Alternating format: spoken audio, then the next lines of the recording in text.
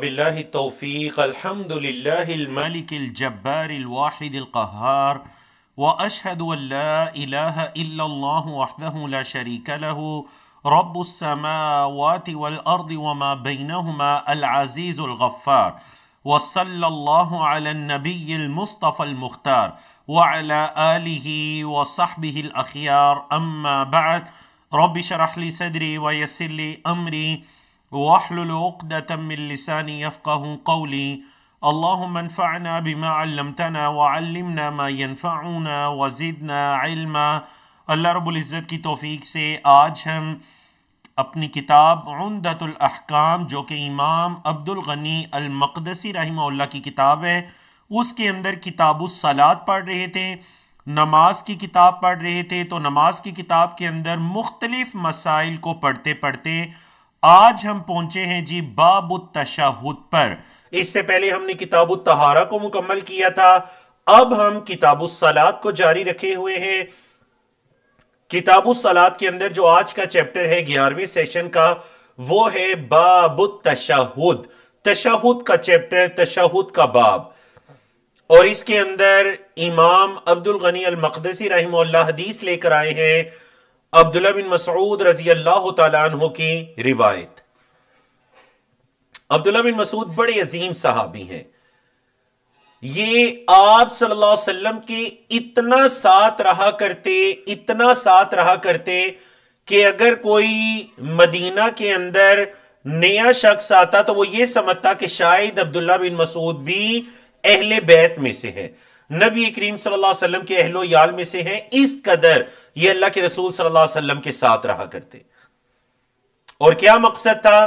تاکہ اللہ کے رسول صلی اللہ علیہ وسلم سے کچھ احادیث کو سن لیں، اور نہ صرف آپ صلی اللہ علیہ وسلم سے ان احادیث کو سن لیں بلکہ ان احادیث کو اپنے سینے کے اندر جگہ دیں اور بعد میں آنے والے لوگوں تک ان احادیث کو پہنچائیں۔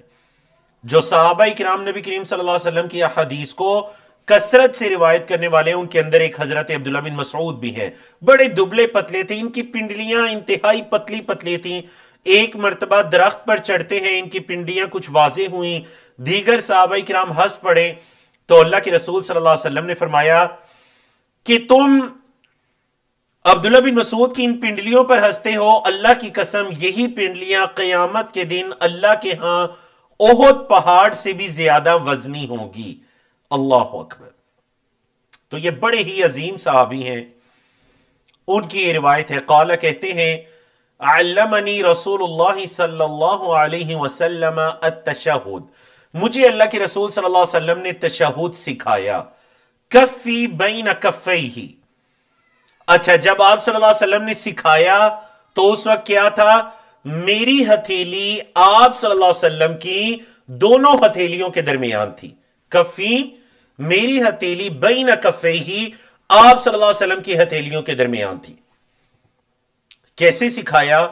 کما یعلمنی سورۃ من القرآن، جیسا کہ اللہ کے رسول صلی اللہ علیہ وسلم مجھے قرآن کی کوئی سورت سکھایا کرتے، ایسے آپ صلی اللہ علیہ وسلم نے مجھے تشہد سکھایا۔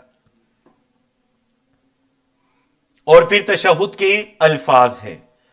تشہد کے الفاظ سے پہلے ہم دیکھتے ہیں کہ دیکھیں یہ اللہ کی رسول صلی اللہ علیہ وسلم کا خوبصورت طریقہ تعلیم تھا کہ آپ صلی اللہ علیہ وسلم بعض اوقات اپنے کسی صحابی کے کندھے پر ہاتھ رکھ کے، کسی کے ہاتھ کو پکڑ کر، کسی کے سینے پر ہاتھ رکھ کر اللہ کے رسول صلی اللہ علیہ وسلم انہیں تعلیم دیا کرتے۔ تو انسانی نفسیات یہ کہتی ہے کہ جو آپ کو سکھانے والا ہے، جتنا آپ سے اس کا انس اور قربت ہے اتنا اچھا آپ سیکھ سکیں گے۔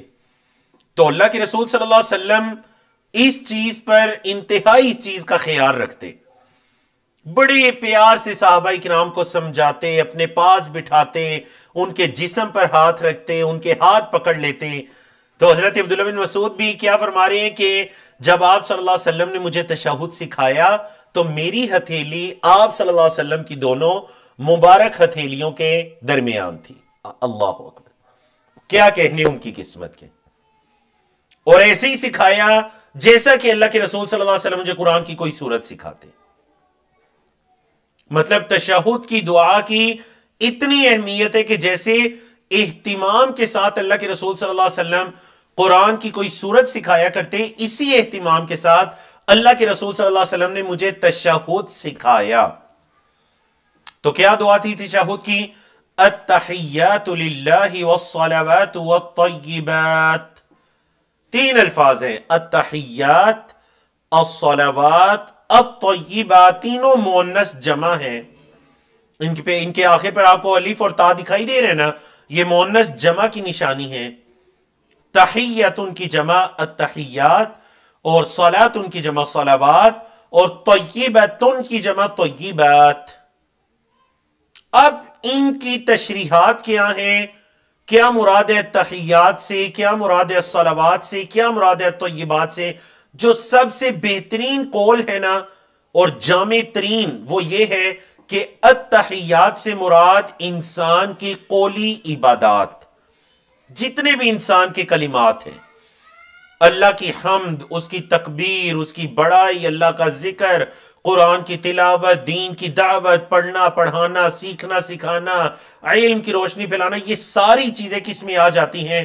التحیات میں. قولی عبادات، لسانی عبادات، وہ صلوات اور صلوات. التحیات اللہ کے لیے ہیں، اور صلوات بھی اللہ کے لیے ہیں، اور الطیبات بھی اللہ کے لیے ہیں. تو الصلوات سے مراد کیا ہو جائے گا؟ بدنی عبادات، جو بھی انسان عبادت کرتا ہے، اور اس کے اندر بھی اس کا نماز، روزہ، حج، جہاد، نیکی کا حکم دینا، کہیں چل کر جانا، مسجد کی طرف جانا آنا، کسی کی خدمت کرنا، کسی کا ہاتھ بٹا دینا، دوسروں کا خیال رکھنا، یہ ساری الصلوات کے زمرے میں آ جائیں گی.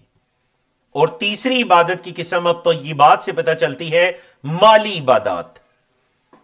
اور آپ کے علم میں ہے کہ اصل میں عبادت کی یہی 3 قسمیں ہیں، مطلب چوتھی کوئی قسم نہیں ہے عبادت کی. آپ کی تمام عبادات یا وہ تحیات کے زمرے میں آئیں گی، یا وہ صلوات کے زمرے میں آئیں گی، یا وہ طیبات کے زمرے میں آئیں گی.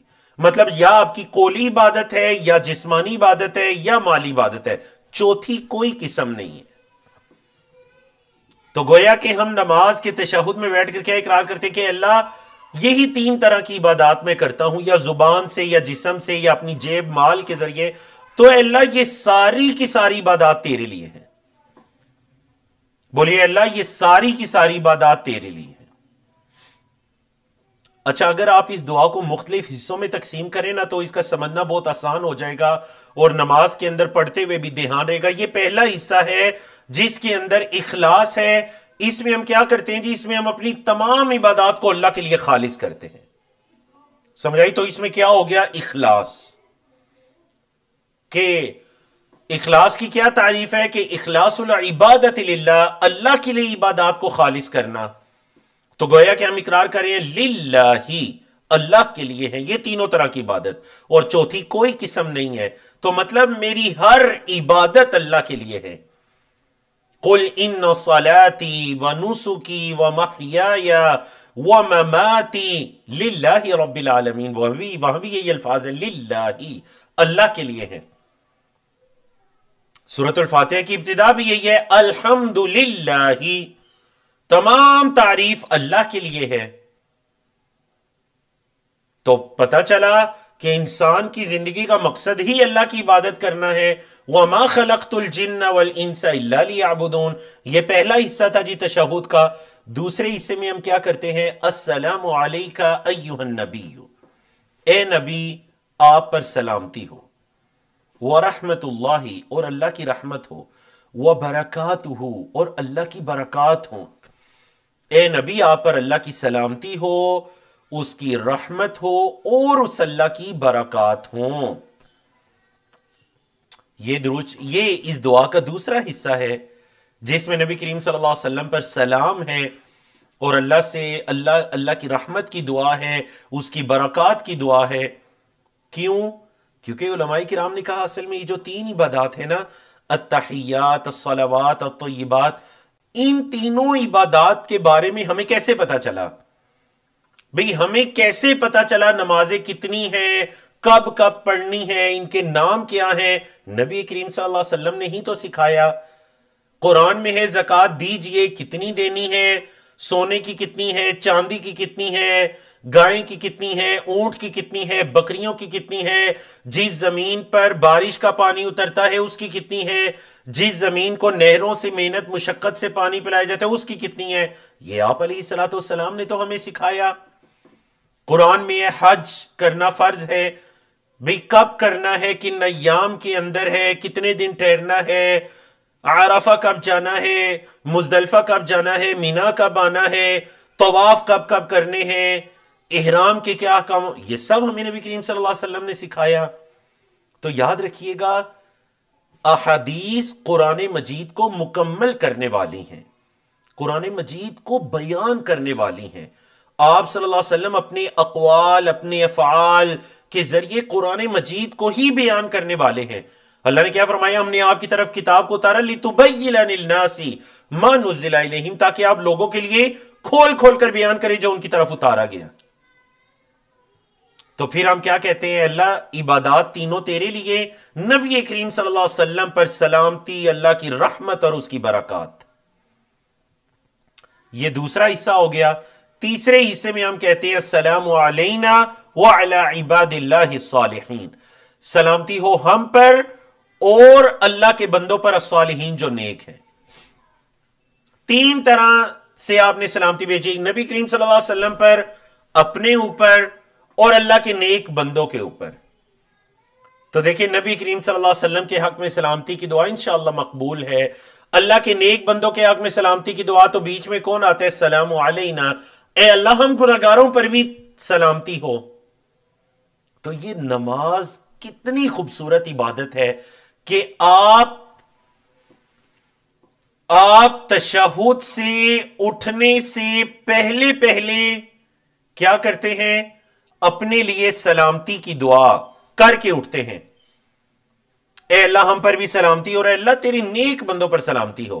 تو پتہ چلا اگر ہمارا شمار صالحین میں سے ہوتا ہے، ہم نیکوکار ہیں، تو پھر ہمارے لیے سلامتی کی دو دعائیں ہیں۔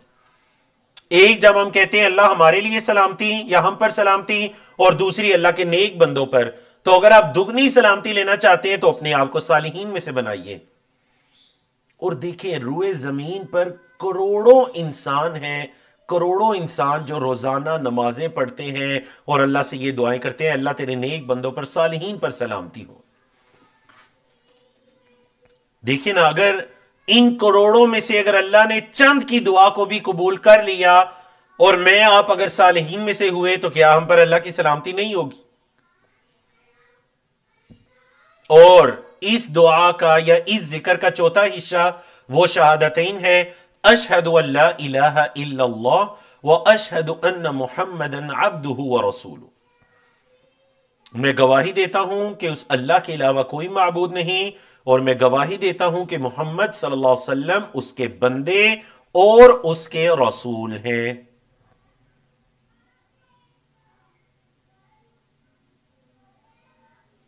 تو دین اسلام کے 5 ارکان میں پہلا رکن کیا ہے؟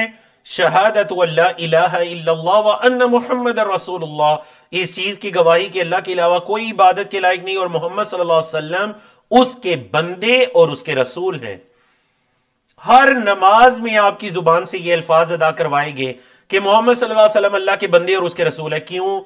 کیونکہ جو پچھلی امتیں تھیں انہوں نے انبیاء رسول کی ذات میں اتنی مبالغہ آرائی کی کہ اللہ کو چھوڑ کر انبیاء رسول کی عبادت کرنا شروع کر دی، انبیاء رسول سے دعائیں کرنا شروع کر دی، ان کو پکارنا شروع کر دیا۔ تو یہ اللہ کی حکمت ہے، قرآن میں بار بار نبی کریم صلی اللہ علیہ وسلم کے لیے عبد کا لفظ استعمال ہوا، اللہ کے بندے ہیں۔ ہاں، شرف یہ ہے کہ اس کے رسول ہیں، اللہ نے آپ کو مقام رسالت پر فائز کیا۔ اور پھر کوئی کیسے رسول ہیں؟ خاتم النبیین ہیں، جن پر پہنچ کر نبوت اور رسالت کا سلسلہ مکمل ہو جاتا ہے، اور امام الانبیاء والمرسلین ہیں، انبیاء اور رسولوں کی امامت کروانے والے ہیں۔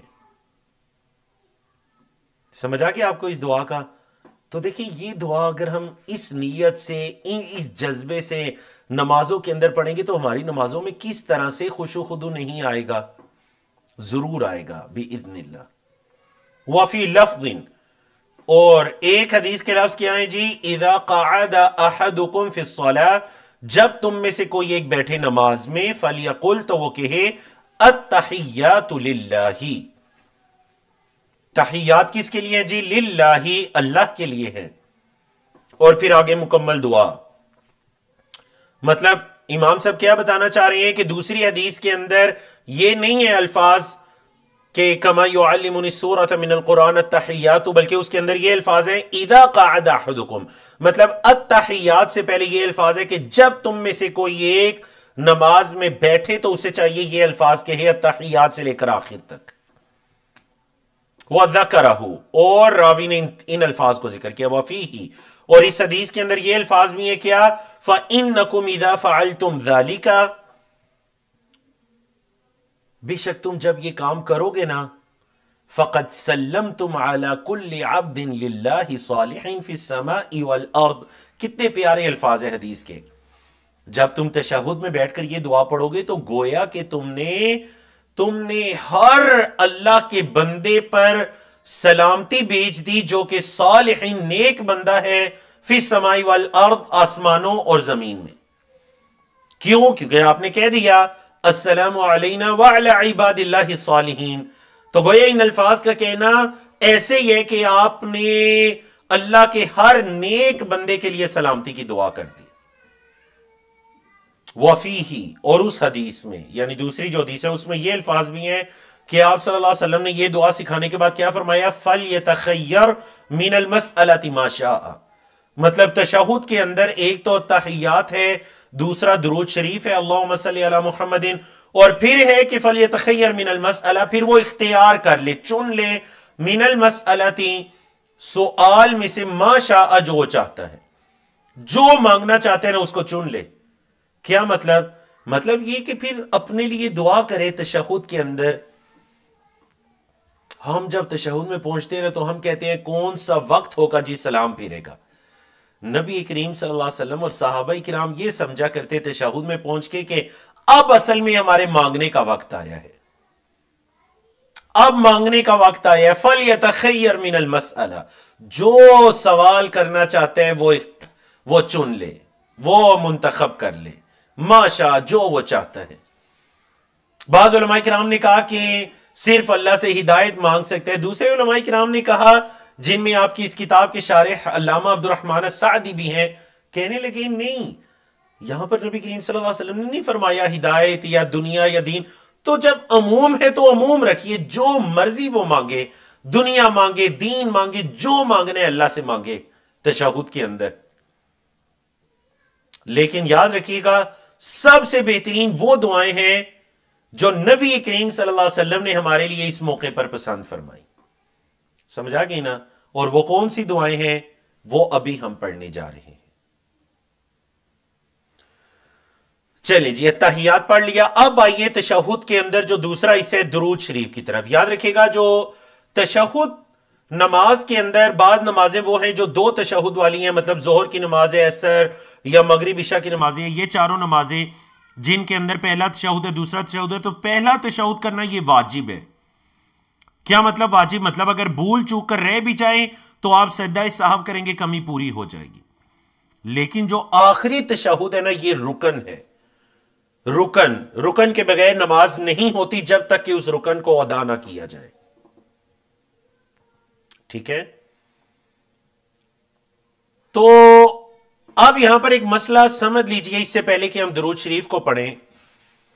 مسئلہ یہ ہے کہ پہلے تشہد کے اندر ہم نے کیا پڑھنا ہے اور دوسرے تشہد میں کیا پڑھنا ہے، بلکہ اس سے پہلے ایک اور چیز کہ وہ نماز جن میں صرف ایک تشہد ہے، مثال کے طور پر فجر کی نماز ہے، ایک ہی تشہد ہے، تو اس کے اندر جو آخری تشہد ہے نا یہ رکن ہے، کیونکہ اس میں دو نہیں ہے کہ پہلے کو واجب کے دوسرے کو رکن۔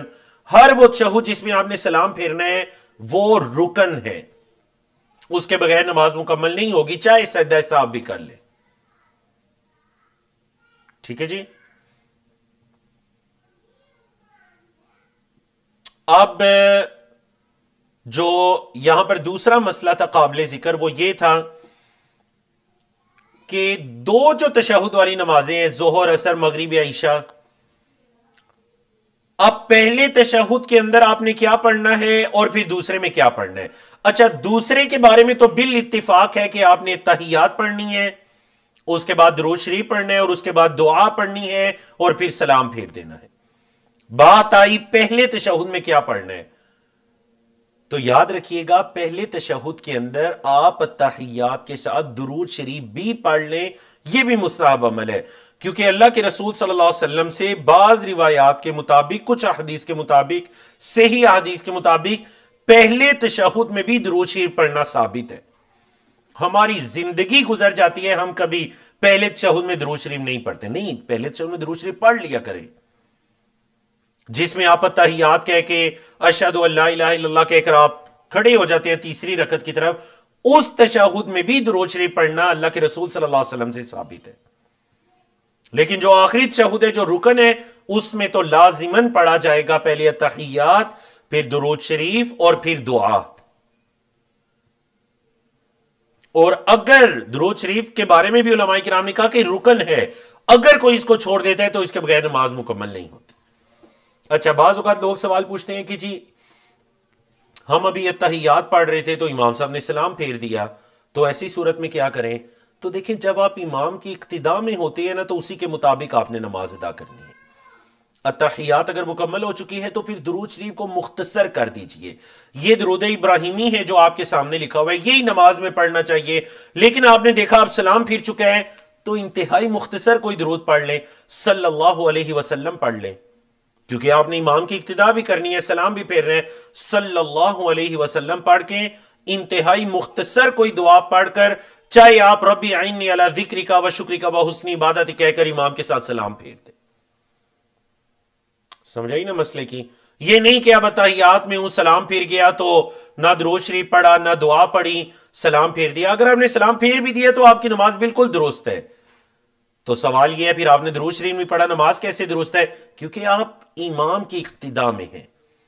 اگر امام کی اقتداء میں آپ اکیلے سے کوئی غلطی ہو بھی جاتی ہے تو اس کو کنسیڈر نہیں کیا جائے گا۔ سمجھ آ گئی نا آپ کو؟ تو اب ذرا یہ مسائل سننے کے بعد اب آئیے درود شریف کی طرف۔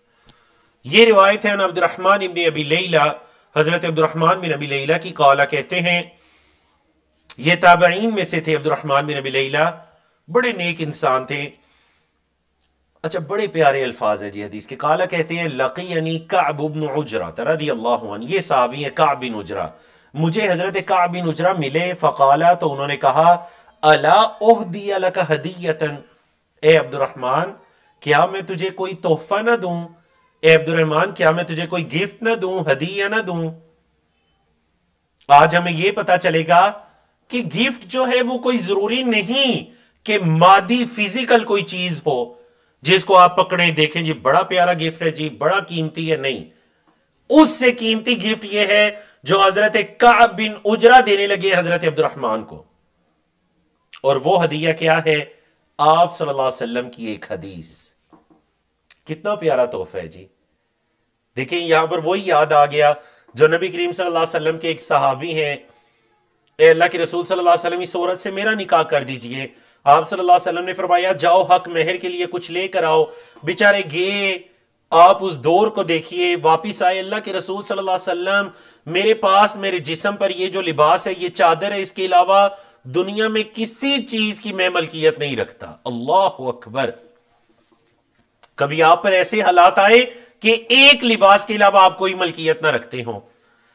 صحابہ کرام پر بھی ایسے حالات آئے، کوئی ایسا واقعہ کہ انہوں نے کہا ہو کہ جی ہم مطلب کوئی شکوہ شکایت دنیا کے بارے میں نہیں، اس پر بھی اللہ کی تعریف کرتے، اللہ کا شکر کرتے، صبح شام ذکر و اذکار کرتے، مسجد میں آتے، آپ صلی اللہ علیہ وسلم کی مجالس میں بیٹھتے،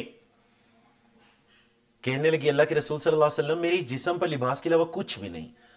اب ظاہر بات ہے اس کے بدلے میں تو نکاح نہیں ہو سکتا تھا، تو آپ صلی اللہ علیہ وسلم نے کیا فرمایا کہ تمہیں کون کون سی صورتیں یاد ہیں؟ آپ صلی اللہ علیہ وسلم نے پہلے حکم دیا اللہ کے بندے تلاش کرو، چاہے ایک لوہے کی انگوٹھی ہی ملے، بیچارے گئے تلاش کیا، لوہے کی انگوٹھی بھی نہیں ملی، واپس آئے، آپ صلی اللہ علیہ وسلم نے پوچھا کون کون سی صورتیں یاد ہیں؟ فرمایا اللہ کے رسول صلی اللہ علیہ وسلم سورۃ البقرہ فلاں فلاں فلاں فلاں صورت مجھے یاد ہے۔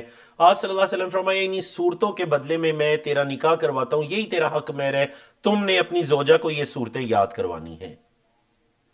کتنا پیارا حق مہر ہے جی۔ تو یہ حضرت کعب بن عجرہ بھی حضرت عبد الرحمن جو تابعی ہیں ان کو ایک گفٹ دینے لگے ہیں۔ کیا گفٹ ہے؟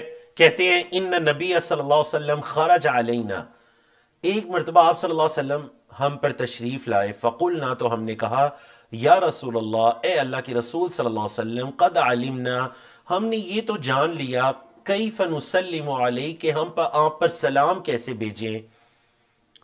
یہ جو ابھی ہم نے تحیات کی دعا پڑھی اس کے ذریعے بھی ہم آپ پر سلام بھیجنے کا طریقہ تو جان لیا، السلام علیک ایھا النبی فکیف نصلی علیک، ذرا یہ بتلا دیجئے کہ ہم آپ پر درود کیسے بھیجیں۔ قال، آپ صلی اللہ علیہ وسلم نے فرمایا قولو، تم کہو اللہم صلی علی محمد وعلی آل محمد كما صليت على إبراهيم وعلى آل إبراهيم إنك حميد مجيد اللهم بارك على محمد وعلى آل محمد كما باركت على إبراهيم كما باركت على بعض روایات کے اندر ہے علی ابراہیم وعلی آل ابراہیم، میں نے انہی کے مطابق پڑھ لیا جو حفظ تھی۔ البتہ اس حدیث کے اندر جو الفاظ ہیں نا علی آل ابراہیم انک حمید مجید، دونوں طرح کے الفاظ ثابت ہیں۔ آپ یہ پڑھ دیجئے علی ابراہیم وعلی آل ابراہیم، یا پڑھ دیجئے علی آل ابراہیم انک حمید مجید۔ اے اللہ، اللہم، آپ صلی اللہ علیہ وسلم نے صحابہ کو کیا حکم دیا؟ قولو، تم کہو اللہم، اے اللہ، صلی علی محمد، محمد صلی اللہ علیہ وسلم پر درود بھیج۔ اب محمد صلی اللہ علیہ وسلم پر درود بھیجنا اس کا کیا مطلب ہے؟ تو یاد رکھیے گا، صلاۃ اللہ علی نبیہ، اللہ کا اپنے نبی پر درود بھیجنا، اس کا مطلب یہ ہے کہ اللہ رب العزت کا نبی کریم صلی اللہ علیہ وسلم کی فرشتوں کی مجالس میں ثنا کرنا، تعریف بیان کرنا، فرشتوں کی مجالس میں نبی کریم صلی اللہ علیہ وسلم کا تذکرہ کرنا، آپ کی تعریف کرنا، آپ کی عبودیت کی تعریف، آپ کی عبادات کی تعریف کرنا، یہ ہے نبی کریم صلی اللہ علیہ وسلم پر اللہ کا درود۔ تو اے اللہ، درود بھیج تو محمد صلی اللہ علیہ وسلم پر۔ اور بعض علماء نے کہا جی درود کے اندر اللہ کا نبی کریم صلی اللہ علیہ وسلم پر رحمتیں نازل کرنا، آپ کا مبارک تذکرہ زمین پر پھیلنا، اللہ کی برکات کا نازل ہونا، یہ ساری چیزیں درود میں آتی ہیں، سلامتیوں کا ہونا۔ صرف محمد صلی اللہ علیہ وسلم پر نہیں، وعلی آل محمد، محمد صلی اللہ علیہ وسلم کی آل پر بھی۔ اب آل سے مراد کون ہے؟ اس بارے میں دو اقوال ہیں۔ پہلا قول یہ ہے کہ آل سے مراد ہے نبی کریم صلی اللہ علیہ وسلم کے اہل و عیال، جن کے اندر آپ صلی اللہ علیہ وسلم کی ازواج، آپ صلی اللہ علیہ وسلم کی ازواج، آپ صلی اللہ علیہ وسلم کی اولاد، آپ کی بیٹیاں آگے ان کی اولاد، اور آپ صلی اللہ علیہ وسلم کے خاندان کے لوگ، چچا، چچاؤں کے بیٹے، دیگر جو آپ صلی اللہ علیہ وسلم کے خاندان کے لوگ ہیں، یہ سب آل میں آتے ہیں۔ اور دوسرا قول یہ ہے کہ خاندان کے لوگ بھی آل میں آتے ہیں، اور آپ علیہ الصلوۃ والسلام کی اتباع کرنے والے بھی آل میں آتے ہیں۔ وجہ، کیونکہ قرآن مجید کے اندر جو آل فرعون کا لفظ استعمال ہوا نا، تو اس کے اندر صرف فرعون کے خاندان کے لوگ نہیں تھے، بلکہ فرعون کی جتنے بھی لوگ اتباع کرنے والے تھے ان کے لیے قرآن مجید نے آل کا لفظ استعمال کیا۔ ٹھیک ہے، سمجھ آ گئی نا آپ کو؟ تو اس وجہ سے زیادہ درست یہی معلوم ہوتا ہے، اور اس میں عموم ہے کہ آل کے اندر خاندان والے بھی، اور امت کے اندر جو آپ صلی اللہ علیہ وسلم کی اتباع کرنے والے ہیں وہ بھی اس میں آ جاتے ہیں۔ ایک تیسرا قول بھی ہے، اور وہ قول یہ ہے کہ آپ صلی اللہ علیہ وسلم کے صرف خاندان کے لوگ آتے ہیں، آپ کی ازواج اس میں نہیں آتی، جو کہ بعض گروہوں کا ہے، لیکن یہ انتہائی کمزور اور شاذ موقف ہے۔ نعوذ باللہ من ذالک، کہ یہ کیسے ممکن ہے کہ انسان کی زوجہ اس کے آل میں نہ آئے؟ مطلب کیا یہ بات ممکن ہے؟ صرف 2-3 زوجات کے ساتھ بغض یا حسد کی وجہ سے کچھ لوگ یہ کہتے ہیں کہ جی ازواج نبی کریم صلی اللہ علیہ وسلم کی آل میں نہیں آتی. نعوذ باللہ من ذالک. کیسے؟ اگر زوجہ انسان کی بیوی اس کے اہل و عیال میں نہیں آتی تو پھر کون آتا ہے؟ مطلب کہنے کا مقصد یہ ہے کہ کہتے ہیں جی اولاد تو آل میں ہے جی، حضرت فاطمہ تو آل میں ہے، لیکن حضرت فاطمہ کو جو جننے والی ہے حضرت خدیجہ وہ آل میں نہیں ہے. نعوذ باللہ من ذالک. کیا یہ بات کوئی معقول ہے کہ اولاد آل میں آ جائے اور وہ اولاد جس سبب سے ہوئی وہ زوجہ آل میں نہ آئے؟ تو اس طرح سے انتہائی ضعیف قول ہے، انتہائی کمزور قول ہے. درست یہی ہے کہ آل کے اندر خاندان والے بھی آ جاتے ہیں اور اتباع کرنے والے بھی آ جاتے ہیں. تو اے اللہ محمد صلی اللہ علیہ وسلم اور ان کی آل پر درود بھیج. کیسے؟ کما صلیت علی آل ابراہیم، اے اللہ جیسے تو نے درود بھیجا آل ابراہیم پر. انکا حمید مجید، اے اللہ تو قابل تعریف اور بزرگی والا ہے. حمید حمد سے، اے اللہ تو ہی ہے جو تعریف کے قابل ہے. مجید، اے اللہ تو ہی ہے جو بزرگیوں کے قابل ہے. اور پھر دوسری دعا اللہم بارک علی محمد وعلی آل محمد، اے اللہ برکت بھی محمد صلی اللہ علیہ وسلم پر اور آپ محمد صلی اللہ علیہ وسلم کی آل پر. برکت مطلب یہ کہ اللہ ہمیشہ اس آل کے اندر اضافہ ہی ہوتا رہے. اور دیکھ لیجئے جب سے دین اسلام کی شروعات ہوئی آج کے دن تک ہمیشہ محمد صلی اللہ علیہ وسلم کی امت کے اندر اضافہ ہی ہوتا رہا ہے. یریدون ان یطفئوا نور اللہ بافواہہم، وہ یہ چاہتے ہیں کہ پھونکوں کے ذریعے سے اللہ کے نور کو ختم کر دیں گے. واللہ متم نورہ، اور اللہ اپنے اس نور کو مکمل کر کے چھوڑے گا. ولو کرہ الکافرون، اگرچہ کافر اس چیز کو ناپسند کیوں نہ کریں، اللہ نے اپنے نور کو مکمل کرنا ہے. اگرچہ کافر، اگرچہ مشرک اس چیز کو ناپسند ہی کیوں نہ کریں. تو یہ مطلب ہے برکت کا کہ محمد صلی اللہ علیہ وسلم کی امت میں اضافہ ہی ہوتا جا رہا ہے. محمد صلی اللہ علیہ وسلم کے نام لیواؤں میں اضافہ ہی ہوتا جا رہا ہے. یہ مطلب ہے بارک علی محمد وعلی آل محمد کما بارکتا، اے اللہ جیسے تو نے برکت بھیجی علی آل ابراہیم، ابراہیم علیہ السلام کی آل پر. انکا حمید مجید، بے شک تو قابل تعریف بزرگی والا ہے. تو یہ تھا جی درود شریف صلی اللہ علیہ وسلم. نبی کریم صلی اللہ علیہ وسلم پر نماز کے اندر تو پڑھنا ہی ہے، یہ تو فرض ہے، لازم ہے نا. نماز کے علاوہ بھی کثرت کے ساتھ درود شریف بھیجا کریں. صرف ایک حدیث درود کے بارے میں کہ آپ صلی اللہ علیہ وسلم نے کیا فرمایا کہ جس نے مجھ پر ایک مرتبہ درود بھیجا، ایک مرتبہ، اللہ رب العزت اس کے 10 درجات بلند کرتا ہے. اللہ رب العزت اس سے 10 خطاؤں کو معاف کرتا ہے. درود صلی اللہ علیہ وسلم. چاہے آپ مختصر درود اختیار کر لیجئے، اللہم صلی وسلم علی نبینا محمد صلی اللہ علیہ وسلم. اور اگر تفصیلی درود کرنا چاہیں تو پھر یہ کر لیجئے درود ابراہیمی جسے کہتے ہیں، جس میں حضرت ابراہیم علیہ السلام کا تذکرہ ہے. اب آپ نے یہ تحیات پڑھ لیا، درود شریف پڑھ لیا، تو آئیے درود شریف کے بعد کی دعا کی طرف. میں نے کہا کہ پیچھے ہم پڑھ کر آئے ہیں تحیات والی حدیث کے اندر کہ آپ صلی اللہ علیہ وسلم نے فرمایا کہ وہ تحیات پڑھنے کے بعد فَلْيَتَخَيَّرْ مِنَ الْمَسْأَلَةِ مَا شَاءَ، جو بھی سوال وہ کرنا چاہتے ہیں وہ منتخب کر لے. لیکن علماء کرام نے کہا ایک وہ دعا ہے جو میں اور آپ اپنے لیے پسند کریں گے، اور ایک وہ دعا ہے جو نبی کریم صلی اللہ علیہ وسلم نے ہمارے لیے پسند کی.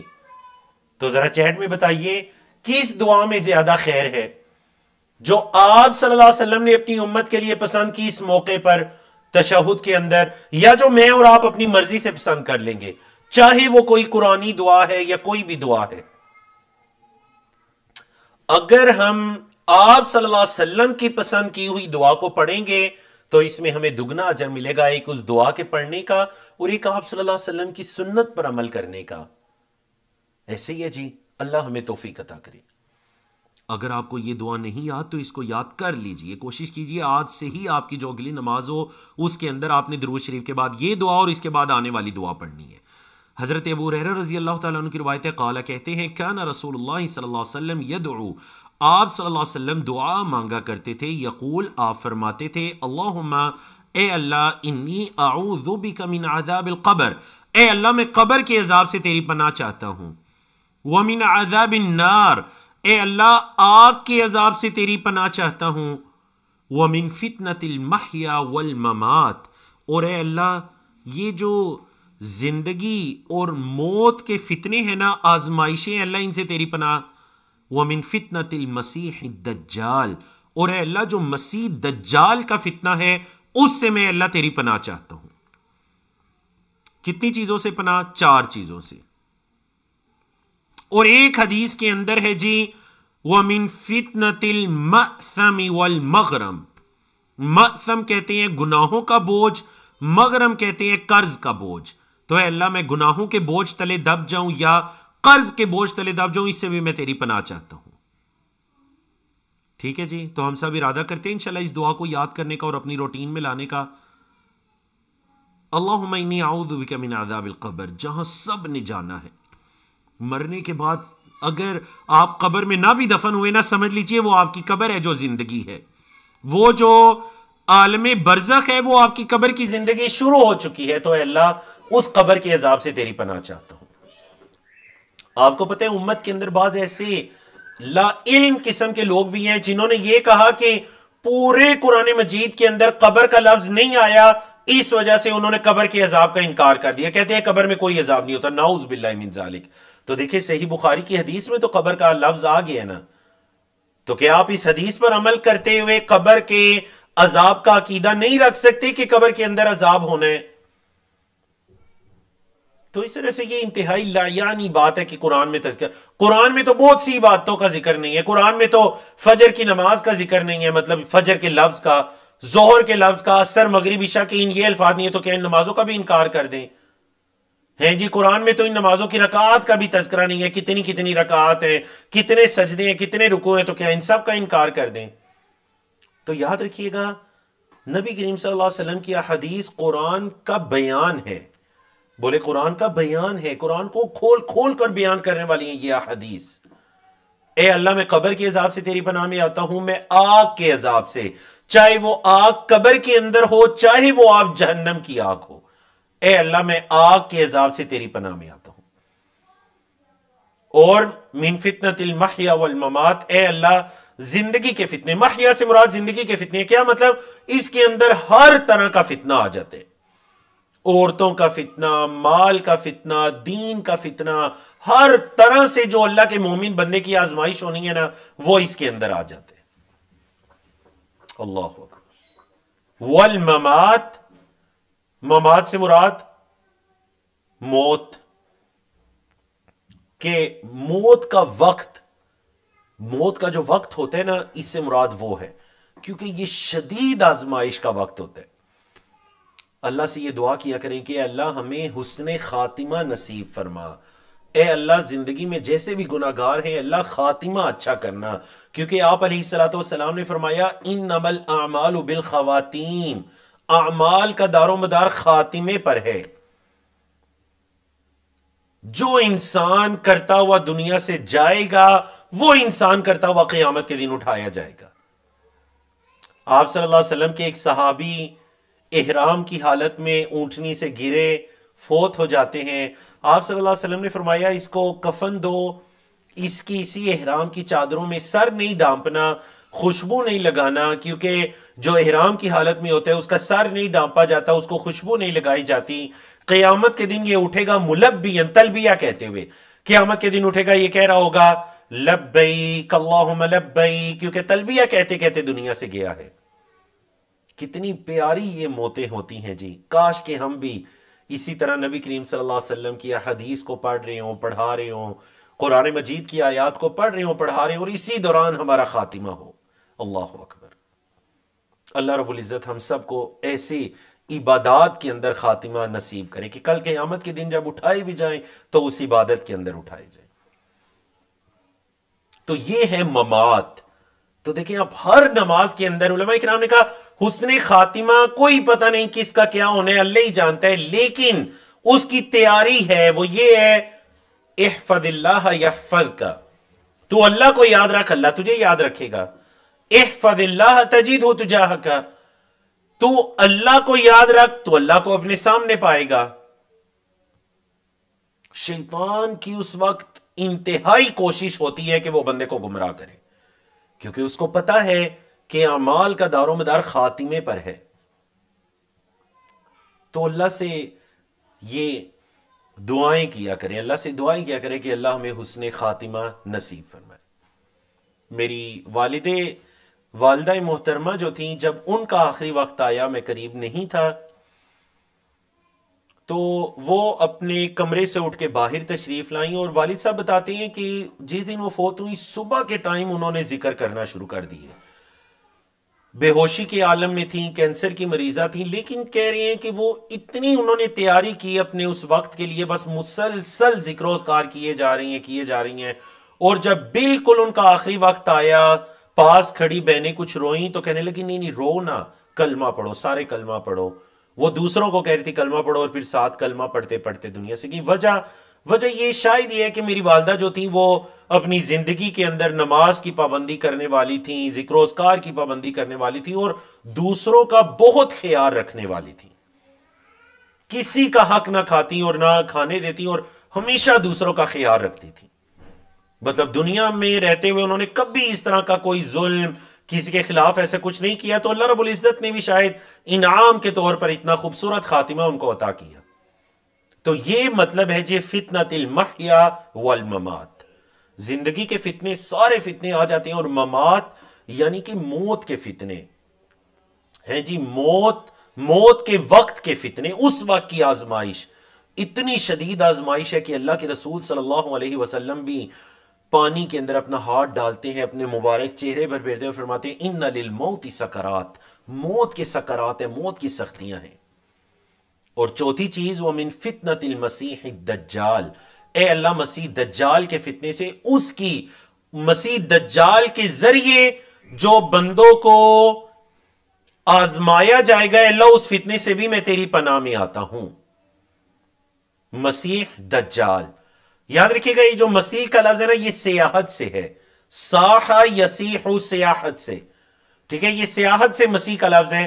وہ جو حضرت عیسیٰ کے بارے میں بھی آیا نا کہ حضرت عیسیٰ کی ایک صفت بھی آئی مسیح، وہ ہے مسح یمسح سے، مس کرنا. تو حضرت عیسیٰ جو تھے وہ کوڑی کے مریض کو مس کرتے، اللہ اس کو شفا عطا کر دیتا، وہ ہے مسح یمسح چھونے سے. اور یہ ہے صاح یسیح سیاحت والے چیپٹر سے، کیونکہ جو دجال ہوگا وہ زمین میں چلے پھرے گا لوگوں کو آزمائش میں ڈالنے کے لیے. تو اس نسبت سے ہے وہ مسیح دجال. دجل کہتے ہیں انتہائی جھوٹ اور فریب کو، تو اسی سے دجال. بعض لوگ دجال کا انکار کرتے ہیں، وہ کہتے ہیں جی کہ اصل میں دجال نام کے کسی شخص نے نہیں آنا، بلکہ یہ ایک آئیڈیالوجی ہے، قیامت سے پہلے جو حالات بنیں گے ہر بڑی چیز دجال ہوگی، نعوذ باللہ. یہ ایسی آئیڈیالوجی جو واضح احادیث سے ٹکرا رہی ہو، اسلام یا نبی کریم صلی اللہ علیہ وسلم کی احادیث یا علماء کرام آپ کے کسی ایسی آئیڈیالوجی کو نہیں مانتے. دجال ایک شخص ہے جس نے آنا ہے. نبی کریم صلی اللہ علیہ وسلم نے صحیح احادیث، بخاری مسلم کی حدیث، دیگر کتابوں کی صحیح حدیث کے اندر اس کی نشانیاں تک بیان فرما دی. وہ ایسا ہوگا، وہ ایسا ہوگا، وہ یہ باتیں کرے گا، ایسے چلے پھرے گا، یہ والی وہ معجزات یا کرامت کہہ کر وہ یہ چیزیں دکھائے گا، لوگ اس پر ایمان لے آئیں گے. وفی لفظ لمسلم، اور صحیح مسلم کی حدیث میں کیا الفاظ ہیں جی؟ اذا تشہد احدکم، جب تم میں سے کوئی ایک تشہد کرے، فلیستعذ باللہ من اربع، تو وہ 4 چیزوں سے اللہ کی پناہ مانگے. کون سی 4 چیزیں جی؟ یہ جو اوپر ذکر ہوئی ہیں، یقول، وہ کہے اللہم انی اعوذ بک من عذاب جہنم. اس حدیث میں ترتیب آگے پیچھے ہے، اللہ میں تیری پناہ میں آتا ہوں جہنم سے، اور پھر آگے 4 چیزیں ہیں. سمجھا گی نا آپ کو؟ اچھا مجھے بتائیے کہ اوپر والی حدیث میں بھی 4 چیزیں تھیں، تو پھر امام صاحب صحیح مسلم کے الفاظ کیوں لے کر آئے؟ امام عبد الغنی المقدسی رحمہ اللہ صحیح مسلم کے الفاظ کیوں لے کر آئے؟ دیکھتے ہیں کون اس کا صحیح جواب دیتے ہیں. کہ جب اوپر والی حدیث میں 4 چیزیں ذکر ہو گئیں اللہم انی اعوذ بک من عذاب القبر ومن عذاب النار، نار سے مراد جہنم ہی ہے، ٹھیک ہے جی. فتنۃ المحیا والممات وفتنۃ المسیح الدجال، تو پھر نیچے یہ الفاظ لکھ رہا ہے اذا تشہد احدکم فلیستعیذ باللہ من 40، ایسے ہی ہے. چلیں ایک جواب یہ ہو سکتا ہے جو 2-3 لوگوں نے دے بھی دیا کہ جہنم کا ورڈ پہلے، اس کے علاوہ اور کیا وجہ ہو سکتی ہے؟ حدیث پر غور کریں. اب آپ حدیث کے طالب علم ہیں، نبی کریم صلی اللہ علیہ وسلم کی حدیث کو پڑھنے والے ہیں، ہم سب حدیث کے طالب علم ہیں. میں بھی اصل میں آپ کو اس لیے پڑھا رہا ہوں تاکہ مجھے بھی مجبوراً پڑھنا پڑے.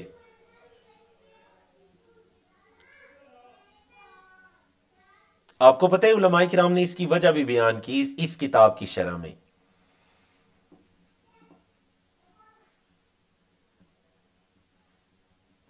بڑے پیارے جوابات آ رہے ہیں، لیکن وہ جواب جو میں چاہ رہا ہوں، وہ جواب حدیث کے الفاظ پہ غور کریں ذرا، پڑھیں اوپر سے. عن ابی ہریرہ رضی اللہ عنہ قال کان رسول اللہ صلی اللہ علیہ وسلم یدعو یقول اللہم انی اعوذ بک من عذاب القبر آخر تک. وفی لفظ للمسلم اذا تشہد احدکم فلیستعیذ باللہ من 40.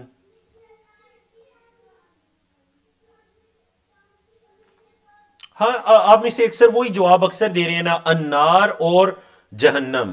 تو ٹھیک ہے، چاہے انہیں ایک مانے یا الگ الگ مانے، یا نار میں نے کہا قبر کی آگ بھی آ جاتی ہے، لیکن جواب اس کے علاوہ ہے.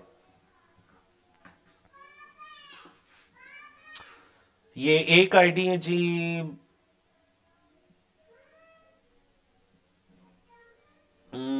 حافظ رانا کی آئی ڈی ہے. تھوڑا آپ کا جواب کچھ قریب ہے،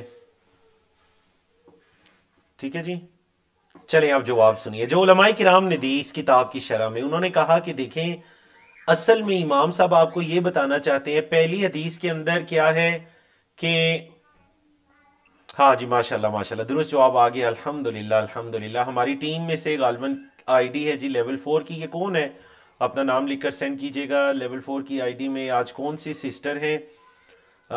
ماشاءاللہ ماشاءاللہ سسٹر ہیں جی، ہماری سسٹر رافیہ ہیں، رفیہ ہیں. تو ماشاءاللہ ماشاءاللہ ان کا جواب درست آ گیا، الحمدللہ الحمدللہ. دیکھیں اصل میں یہ ہے نا کہ اوپر والی حدیث میں یہ ہے کانا رسول اللہ صلی اللہ علیہ وسلم یدعو، آپ صلی اللہ علیہ وسلم دعا مانگتے، تو یہ ہو گیا آپ صلی اللہ علیہ وسلم کا عمل. یعنی یہ کون سی حدیث ہوگی؟ فعلی. اور مسلم کے اندر ہے اذا تشہد احدکم فلیستعیذ باللہ، وہ ان 4 چیزوں سے اللہ کی پناہ مانگے. تو دوسری حدیث کون سی ہوگی؟ قولی. ایک میں آپ صلی اللہ علیہ وسلم حکم دے رہے ہیں، قول ہے، اور پہلی حدیث میں آپ صلی اللہ علیہ وسلم کا فعل ہے. تو امام صاحب دونوں طرح کی اس لیے الفاظ لے کر آئے نا کہ امت کو بتا دیں کہ آپ صلی اللہ علیہ وسلم کے فعل سے بھی یہ دعا ثابت ہے اور آپ صلی اللہ علیہ وسلم کے قول سے بھی یہ دعا ثابت ہے. تو حدیث کی 3 قسمیں ہیں، قولی، فعلی، تقریری. تو جب ایک حدیث قولی فعلی دونوں طرح سے ثابت ہو جائے نا تو اس حدیث کے اندر تاکید پیدا ہو جاتی ہے. سمجھ آگے جواب کی آپ کو؟ دیکھیں میں نے اسی لیے الفاظ بھی پڑھے تھے، کان رسول اللہ صلی اللہ علیہ وسلم یدعو، آپ صلی اللہ علیہ وسلم دعا مانگا کرتے تھے، فعلی حدیث ہے. اور جب تم میں سے کوئی دعا مانگے تو 4 چیزوں سے پناہ مانگے، یہ قولی حدیث ہے. کلیئر ہے؟ جواب سمجھ آگے؟ آگے چلیں ہم. اگلی دعا ہے، تشہد کو ہی مکمل کرتے ہیں جی. اگرچہ میرا ارادہ تھا آج کوئی 125 کے قریب احادیث پڑھنے کا، لیکن چلیں ہم تشہد کو مکمل کرتے ہیں. ان عبداللہ ابن عمرو ابن العاص، یہاں عاص کے آخر میں یا بھی ڈل گیا ہے، اللہ درگزر فرمائے، یہ ٹائپنگ کی غلطی ہے. اس یا کو ہٹا دیجئے، اگر آپ کے پاس ورک بک میں بھی ہے یا کے بغیر صرف سواد ہے، ٹھیک ہے نا، کیونکہ العاصی کا مطلب کچھ اور ہو جاتا ہے، گناہگار کے معنی میں ہوتا ہے. یہاں پر العاصی نہیں ہے بلکہ کیا ہے؟ ان عبداللہ ابن عمرو ابن العاص، سواد ہے، اس کے بعد یا نہیں ہے. تو حضرت عبداللہ بن عمرو بن عاص کی روایت ہے، عن ابی بکر الصدیق، صحابی سے روایت کر رہے ہیں جی. حضرت عبداللہ بن عمر جو کہ قدر عمر میں چھوٹے ہیں، وہ روایت کریں حضرت ابوبکر صدیق سے. اور حضرت ابوبکر صدیق انہو قال، انہوں نے کہا لی رسول اللہ صلی اللہ علیہ وسلم، اللہ کے رسول صلی اللہ علیہ وسلم سے، علمنی دعاء، اے اللہ کے رسول صلی اللہ علیہ وسلم مجھے کوئی دعا سکھائیے، ادعو بہ فی صلاتی، جس دعا کو میں اپنی نماز میں مانگوں. اے اللہ کے رسول صلی اللہ علیہ وسلم مجھے کوئی ایسی دعا سکھائیے جو میں نماز میں مانگوں. قال، تو آپ صلی اللہ علیہ وسلم نے فرمایا قل، اے ابو بکر کہو اللہم انی ظلمت نفسی ظلما کثیرا، اے اللہ بے شک میں نے ظلم کیا اپنے اوپر بہت ظلم، ظلما کثیرا اللہ بہت ظلم کیا میں نے اپنے اوپر، ولا یغفر الذنوب الا انت، اور نہیں کوئی گناہوں کو بخش سکتا سوائے تیرے، فاغفر لی مغفرۃ من عندک، تو اے اللہ اپنی خاص مغفرت سے مجھے بھی بخش، وارحمنی اور مجھ پر رحم کر، انک انت الغفور الرحیم، پھر اللہ کی صفات کا وسیلہ کہ اللہ تو ہی معاف کرنے والا رحم کرنے والا ہے. اچھا یہاں پر اس دعا کو بھی اگر آپ اچھی طرح سیکھنا چاہتے ہیں نا تو 4 حصوں میں تقسیم کر لیں. 4 حصوں میں پہلا حصہ ہے اعتراف. اللہ اعتراف سے بڑا خوش ہوتا ہے. گناہ کر کے اس پر ڈٹ جانا یہ چیز اللہ کے غضب کا باعث ہے. گناہ ہو جائے، گناہ ہو جاتے ہیں، کل بنی آدم خطاؤن، گناہ کے بعد اللہ کی طرف پلٹیے سچے دل کے ساتھ، سچی توبہ، اے اللہ شرمندہ ہوں، چھوڑ رہا ہوں، آئندہ کبھی نہیں کروں گا. اور اگر اللہ کے بندوں کے ساتھ ہیں تو اس کا حق ادا کیجئے یا معافی مانگیے. اے اللہ بے شک میں نے ظلم کیا اپنے اوپر، ظلمن کثیرا، بہت ظلم، اعتراف کر لیجئے اے اللہ میں نے اپنے اوپر ظلم کیا. دوسرا حصہ ہے اللہ کی صفت کہ اللہ مجھے یہ بھی پتا ہے کہ ولا یغفر الذنوب الا انت، اے اللہ تیرے علاوہ کوئی گناہوں کو بخش بھی نہیں سکتا، اے اللہ تیرے علاوہ کوئی گناہوں کو بخش بھی نہیں سکتا، اس چیز کو بھی میں جانتا ہوں. فاغفر لی مغفرۃ، اے اللہ یہ دوسرا حصہ ہو گیا. اس میں آپ مغفرت کو اللہ کی طرف اللہ کے سپرد کر رہے ہیں، اللہ تیرے علاوہ کوئی بخش بھی نہیں سکتا. اور پھر تیسرے حصے میں آپ اللہ سے دعا کر رہے ہیں. کیا دعا ہے؟ اللہ فاغفر لی مغفرۃ من عندک، اے اللہ اپنی طرف سے اپنے پاس سے تو بخشش ہماری بھی فرما، میری بھی بخشش فرما، مغفرت، وارحمنی اور مجھ پہ رحم کر. تو یہ ہے جی اصل حصہ، وہ لب لباب جس کی آپ نے دعا کر لی کہ اللہ مجھے اپنی خاص عنایت سے مجھے بھی معاف فرما. من عندکا کی بعض علماء نے کہا من رحمتکا، من کرمکا، اے اللہ اپنے کرم اپنی رحمت سے مجھے بھی معاف فرما، وارحمنی اور اے اللہ مجھ پہ رحم فرما. تو یہ 2 چیزیں جو ہے نا، مغفرت اور اللہ کی رحمت، ان دونوں کا آپس میں بھی بڑا ریلیشن ہے. بتائیے جی مغفرت اور رحمت کا آپس میں کیا تعلق ہے؟ وقت سیشن کے آخر تک ہے، جواب دیجئے، دیکھتے ہیں کس کا جواب درست آتا ہے. یہاں پر ہم 2 دعائیں کرتے ہیں، اللہ مغفرت اور رحمت چاہیے. تو مغفرت اور رحمت کا آپس میں کیا تعلق ہے؟ تقدیم و تاخیر بھی ہے، کیا پہلے ہے کیا بعد میں ہے. انک انت الغفور الرحیم. اور دیکھیں نا جو دعا کر رہے ہیں نا اللہ کی صفات بھی وہی ذکر کریں. چاہے آپ اپنی زبان میں بھی کوئی دعا اللہ سے نماز کے علاوہ کسی وقت میں اللہ سے کوئی دعا مانگے نا تو اللہ کی وہ صفت ذکر کریں، اللہ کی وہ صفت ذکر کریں جو دعا آپ مانگ رہے ہیں. رزق کی دعا مانگ رہے ہیں تو رزاق سے مانگیں، مغفرت مانگ رہے ہیں تو غفور الرحیم سے مانگیں، ہیں جی اولاد مانگ رہے ہیں تو وہاب سے مانگیے، وہ ہے دینے والا، وہاب، رزاق، اللہ کی صفات. تو درود شریف کے اندر بھی ہم نے دیکھا، ہم نے آخر میں اللہ کی 2 صفات ذکر کی، انکا حمید مجید، اور یہاں پر بھی ہم اللہ کی 2 صفات ذکر کریں، انکا انت الغفور الرحیم. تو یہ دعا بھی سب کو یاد ہے، اس دعا کو یاد کیجئے. یہ دونوں دعائیں نمازوں کے اندر پڑھا کریں، عادت بنا لیجئے. یہ بڑی پیاری دعائیں ہیں.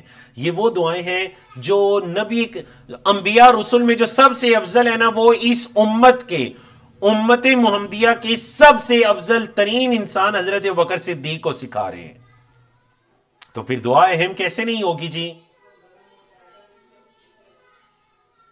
چلیں جی اب آپ کے جوابات کی طرف آتے ہیں.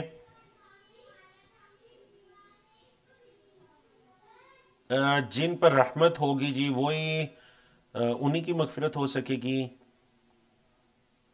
رحمت کی وجہ سے مغفرت ہوگی.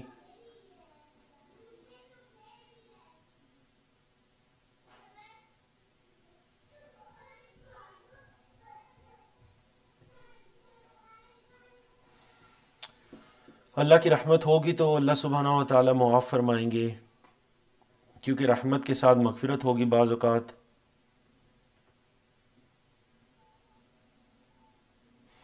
اللہ اپنی رحمت سے مغفرت عطا کر سکتے ہیں؟ پیارے جوابات آ رہے ہیں لیکن وہ جواب کیوں نہیں آ رہا؟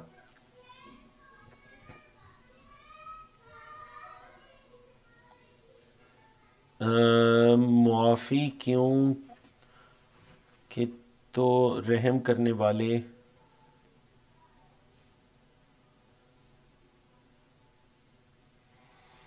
ماشاء اللہ ماشاء اللہ ماشاء اللہ سسٹر رافیہ پھر آپ پر سبقت لے گئیں، اور ماشاء اللہ ان کا جو آپ کہہ لیجئے جو جواب ہے وہ درست آیا الحمدللہ، سسٹر رائفہ جو ہیں۔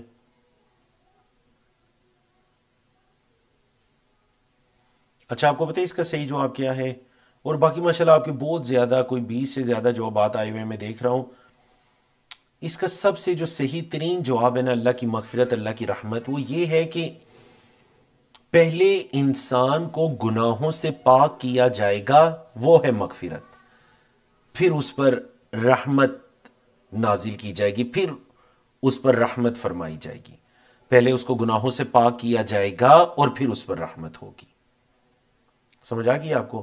پہلے گناہوں سے پاک اور پھر اس پر رحمت۔ تو یہ مطلب ہے کہ اللہ مجھ پر مغفرت اپنی خاص عنایت سے، اپنے خاص کرم سے اللہ مجھ پر مغفرت فرما اور مجھ پر رحم کر۔ تو الحمدللہ اللہ کی توفیق سے ہم نے تشہد کی آج ان دعاؤں کو پڑھا۔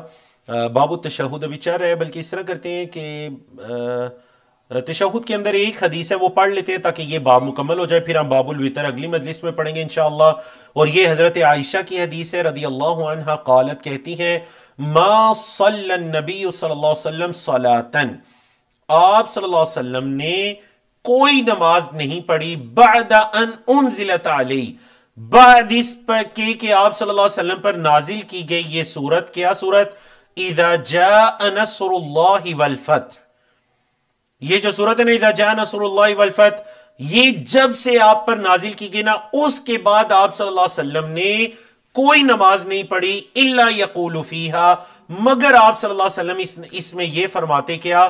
سبحانک ربنا وبحمدک اللہم اغفر لی۔ سبحانک، اے اللہ تو پاک ہے، ربنا اے ہمارے رب، پاک ہے تو اے ہمارے رب، وبحمدک اور تیری تعریف کے ساتھ، تو اللہ کی تسبیح اور اللہ کی حمد۔ اللہم اغفر لی، اے اللہ مجھے بخش دے، اے اللہ تو پاک ہے اپنی تعریف کے ساتھ، اے ہمارے رب تو پاک ہے اپنی تعریف کے ساتھ، اللہم اغفر لی، اے اللہ مجھے بخش دے۔ ٹھیک ہے، وجہ کیا ہے؟ وجہ یہ ہے کہ سورۃ النصر کے اندر یا سورۃ الفتح، یہ جو ہے اذا جاء نصر اللہ والفتح، اس کے اندر نبی کریم صلی اللہ علیہ وسلم کو یہ حکم دیا گیا تھا۔ کیا حکم دیا گیا تھا جی؟ اذا جاء نصر اللہ والفتح ورأيت الناس يدخلون في دين الله افواجا فسبح بحمد ربك واستغفر، فسبح بحمد ربك، اپنے رب کی حمد کے ساتھ اس کی تسبیح بیان کیجئے، واستغفرہ اور اس سے مغفرت مانگیے، انہ کان توابا۔ تو آپ یہ دعا دیکھیے، اس کے اندر اللہ کی حمد کے ساتھ ربنا کے الفاظ بھی ہیں، اللہ کی حمد کے ساتھ اس کی تسبیح بھی ہے، اور مغفرت کی دعا بھی ہے، اللہم اغفر لی واستغفرہ۔ تو گویا کہ آپ صلی اللہ علیہ وسلم اس حدیث، اس قرآن مجید کی سورت پر، سورۃ النصر پر عمل کرنے کے لیے آپ صلی اللہ علیہ وسلم ہر نماز کے اندر یہ دعا پڑھا کرتے، اور یہ دعا کہاں پڑھا کرتے؟ اگلے الفاظ میں یہ پتا چل رہا ہے جی، وفی لفظین، ایک لفظ یہ ہے کہ کان رسول اللہ صلی اللہ علیہ وسلم یکثر ان یقول، آپ صلی اللہ علیہ وسلم کثرت کے ساتھ یہ کہا کرتے تھے، فی رکوعہ و سجودہ، اپنے رکوع کے اندر اور اپنے سجود کے اندر کیا کہا کرتے تھے؟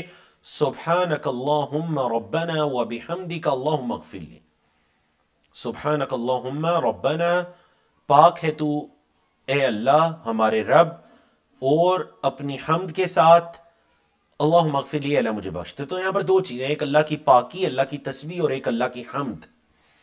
پاکی کا مطلب کیا ہے جی؟ تسبیح کا مطلب ہوتا ہے اللہ سے نقائص کی نفی کرنا، اللہ سے نقائص کی نفی کرنا، یہ ہوتا ہے تسبیح۔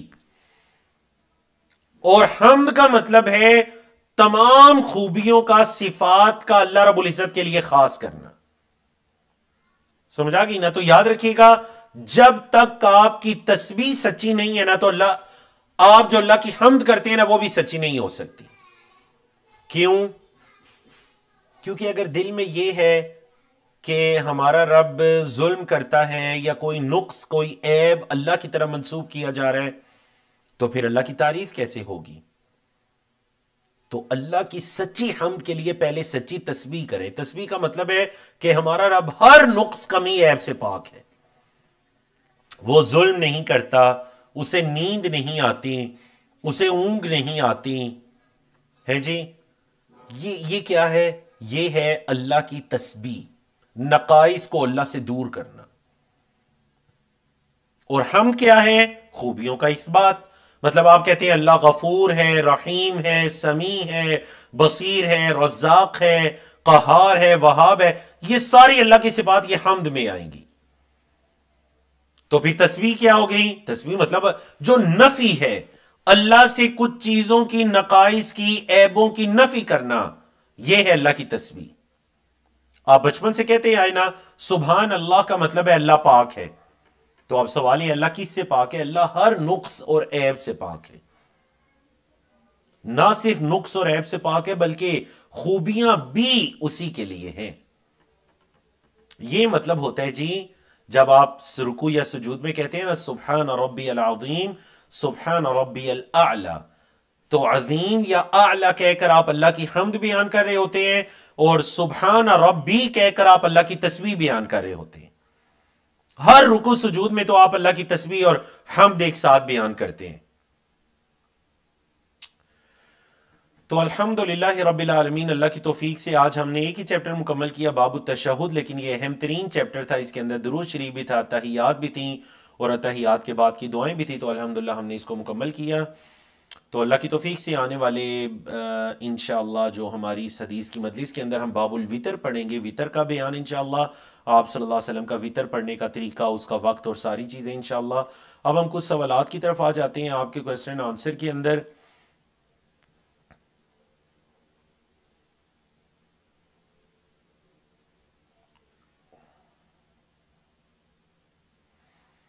مسیح دجال کی نشانیوں کے بارے میں بتا دیں تو وہ اس کا محل نہیں ہے، لیکن اس کی جو نشانی ہے وہ حدیث کے اندر معروف ہے، جو اللہ کے رسول صلی اللہ علیہ وسلم نے بیان فرمائی ہیں کہ اللہ رب العزت کے حکم سے ہی اس کو کچھ ایسی چیزیں عطا کی جائیں گی لوگوں کی آزمائش کے لیے کہ وہ ایک مردے کو بھی زندہ کر سکے گا، اور اس کے سبب کئی لوگ اس پر ایمان بھی لے آئیں گے.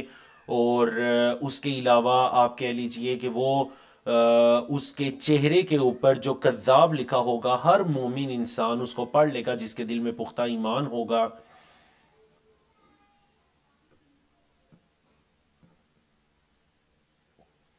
بعض اوقات ذہن میں یہ سوال پیدا ہوتا ہے نا کہ دیکھیں، جب دجال کی ساری نشانیاں احادیث کے اندر آ چکی ہیں تو پھر کوئی کیسے اس سے دھوکہ کھا سکتے ہیں؟ سوال سمجھ آیا کہ جب دجال کی ساری نشانیاں حدیث کے اندر ہیں تو پھر کوئی کیسے اس کے دھوکے میں مبتلا ہو جائے گا؟ تو اس کا سب سے بہترین جواب کیا ہے کہ آج جو مسلمان دین اسلام کے اندر رہتے ہوئے بدعات کے اندر، خرافات کے اندر، طرح طرح کی جہالتوں میں پڑے ہوئے ہیں، مجھے بتائیے کیا ان کے سامنے قرآن و سنت کی آیات اور احادیث نہیں ہے، نصوص نہیں ہے، دلائل نہیں ہے، سب کچھ انہیں پتا ہے، لیکن اس کے باوجود وہ اپنے آپ کو ان بدعات، رسوم، رواج، ان چیزوں سے نہیں نکال سکتے؟ تو بالکل قیامت کے نزدیک تو جب علم اٹھ بھی جائے گا علماء کے اٹھنے کے ساتھ، وہ وقت ہوگا دجال کے آنے کا.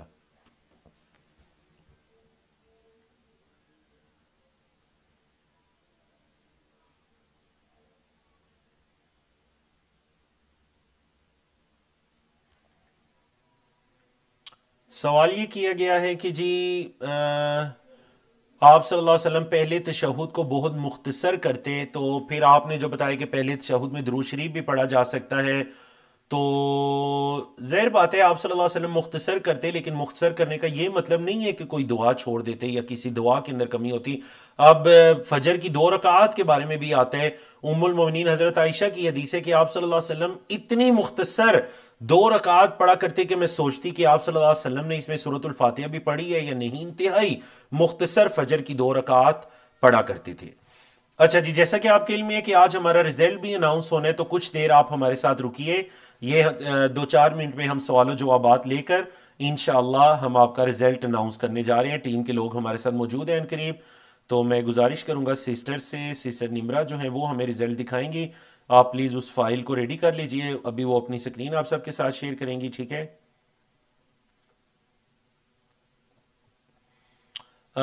فیمیل کی نماز میں دوپٹہ اور میل کے لیے ٹوپی کی کوئی حدیث ذکر ہے اس بک میں؟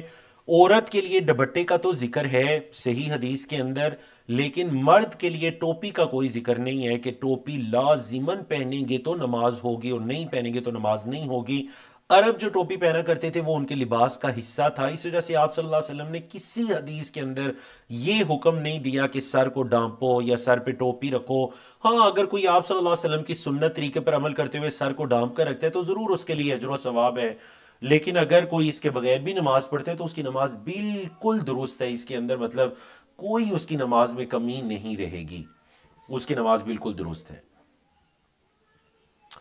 مجھے باقی نوٹس کہاں سے ملیں گے؟ میرے پاس 100 حدیث کے نوٹس ہیں، تو ہماری جو سیکنڈ ورک بک ہے وہ گروپ کے اندر شیئر ہو چکی تھی۔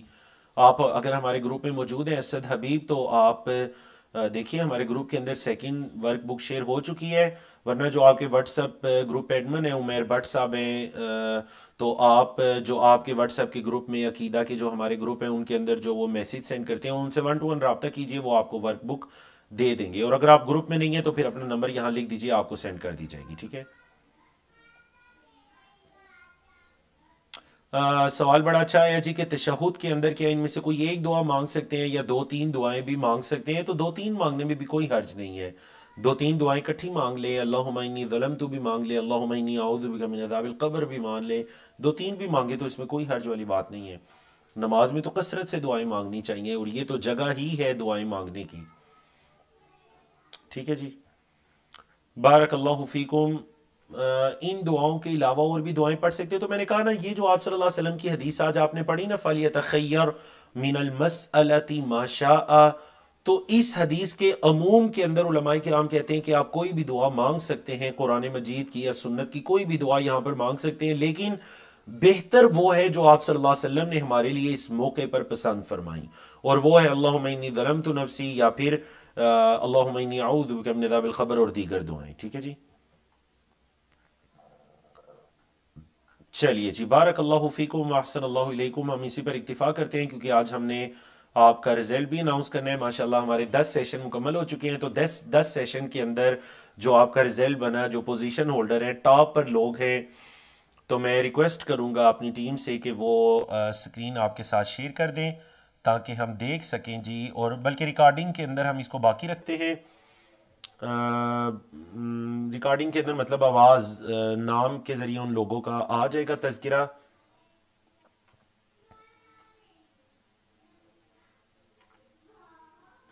جی تو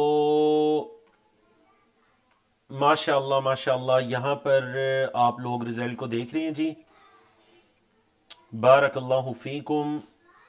تو ماشاءاللہ ماشاءاللہ یہاں پر آپ نے دیکھا جی، جو لوگ 100% نمبر لینے والے ہیں، جو لوگ 98% نمبر لینے والے ہیں، جو لوگ 97% نمبر لینے والے ہیں، 96% نمبر لینے والے، 95 نمبر لینے والے، اور 94 91 90% نمبر لینے والے، تو تھوڑا سا ہمیں بتا دیجئے جی کتنے لوگ ہیں جنہوں نے کوئز کے اندر حصہ لیا، کل تعداد کتنی ہے ان کی؟ ٹوٹل جو سٹوڈنٹ ہے ماشاءاللہ وہ 260 ہیں، الحمدللہ رب العالمین۔ 260 لوگ ہیں جی جنہوں نے کوئز میں حصہ لیا، اور یہ جو 56 لوگ ہیں یہ وہ سٹوڈنٹس ہیں جنہوں نے 8 یا 8 سے زیادہ، مطلب 8 یا 10 کوئزز میں حصہ لیا، وہ 56 لوگ ہیں، اور ان 56 میں سے بھی 26 وہ ہیں جنہوں نے 80% سے زیادہ مارکس کو لیا. تو مطلب ہم 80% آپ کہہ لیجیے یہ فرسٹ گریڈ کے نمبر ہیں. تو ماشاءاللہ 26 وہ لوگ ہیں جنہوں نے فرسٹ گریڈ مطلب 80 سے ابو مارکس کو حاصل کیا. اللہ اکبر، ماشاءاللہ ماشاءاللہ. 80 بہت اچھے نمبر ہیں جی. تو آپ کے علم ہے کہ ہم نے کیا طریقہ کار اپنایا تھا؟ ہمارا طریقہ کار یہ تھا جی کہ ہم نے اس طرح کیا تھا کہ آپ کے ہر لیسن سے 10 سوالات بنے تھے اور 10 نمبر تھے ہر لیسن کے. تو اس کے اندر آپ کے 10 جب سیشن مکمل ہوئے تو ہر لیسن کے چونکہ 10 نمبر تھے تو 10 سیشنز کے 100 نمبر ہو گئے. تو 100 نمبر میں سے آپ کا یہ رزلٹ ہے ہمارے پاس. تو اگر جو ٹاپ پر ہمارے ساتھ لوگ ہیں نا، جو پوزیشن جن کے نام آپ کو گرین دکھائی دے رہے ہیں، اگر ان میں سے کوئی کال پر بھی آنا چاہ رہے ہیں تو وہ اپنا ہینڈ ریز کر سکتے ہیں. ماشاءاللہ 100% نمبر لینے والے 2 لوگ ہیں جی کہ 10 کے 10 سیشنز میں جن کا کوئی کوئز غلط نہیں ہے. ان میں سہیل احمد غازی صاحب ہیں ماشاءاللہ، اور سسٹر نازیہ یوسف ہیں. تو اگر آپ دونوں سب سے پہلے ٹاپ والوں کو لیتے ہیں، اگر آپ موجود ہیں اور کال پر آنا چاہتے ہیں تو آپ ہینڈ ریز کیجئے. سہیل احمد غازی صاحب. السلام علیکم ورحمۃ اللہ جی وبرکاتہ. وعلیکم السلام ورحمۃ اللہ وبرکاتہ. سہیل صاحب آپ کو میری طرف سے، میری ٹیم کی طرف سے بہت مبارک ہو ماشاءاللہ. آپ کے تمام کلاس فیلوز کی طرف سے بہت مبارک ہو کہ اللہ رب العزت نے آپ کو توفیق عطا کی. اتنی باقاعدگی کے ساتھ، پابندی کے ساتھ آپ نے اتنے دنوں تک سارے کوئزز کے اندر پورے نمبر لیے. ماشاءاللہ ماشاءاللہ. الحمدللہ رب العالمین. تو آپ اس موقع پر ہمیں کیا نصیحت کرنا چاہیں گے اور باقی اپنے کلاس فیلوز کو کیا نصیحت کرنا چاہیں گے؟ بس ریگولرلی کلاس پڑھیں، اس کو ریوائز کریں اور شوق سے اٹیمپٹ کریں سارے سوالات، تو انشاءاللہ کامیابی آپ کے ساتھ ہے. ماشاءاللہ ماشاءاللہ جی. اس کے اندر مستقل مزاجی، انہوں نے کہا ریگولر کلاس، یہ بہت ضروری ہے. کلاس کے اندر آئیں اور کوئزز کو حل کریں، کلاس میں ایکٹیو رہیں. تو انشاءاللہ دیکھیں یہ چیزیں تو ایک مطلب آپ کے لیے ایک آپ کی ہمت کو بڑھانے والی چیزیں ہیں نا. ویسے تو ماشاءاللہ یہ ایک نفل عبادت ہے، اور علماء کرام نے کہا نفل عبادتوں میں سب سے افضل ترین عبادت ہے دین کے علم کو حاصل کرنا.